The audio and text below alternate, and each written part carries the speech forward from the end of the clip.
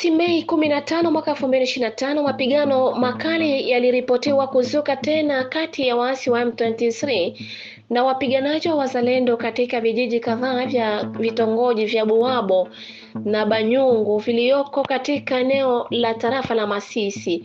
Kulingana na vyanzo vya habari, baada ya mashambulizi ya waasi wa AFC M23 dhidi ya Wazalendo siku ya Jumatano, Wazalendo walianzisha mashambulizi ya kukabiliana na waasi Alhamisi hii. Tangu saa 4 asubuhi, milio ya silaha nzito na nyepesi imesikika mkoani humo, hasa katika eneo la milima ya Shoa katika kitongoji cha Banyungu pamoja na Ngwaki na Luanshia katika kitongoji jirani cha Buhabo.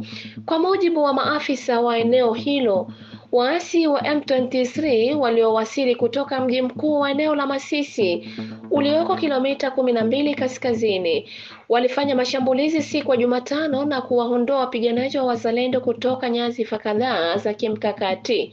Alhamisi hii, Wazalendo wamerejea tena, wanajaribu kurejesha udhibiti wa vijiji vilivyokaliwa na waasi wa M23.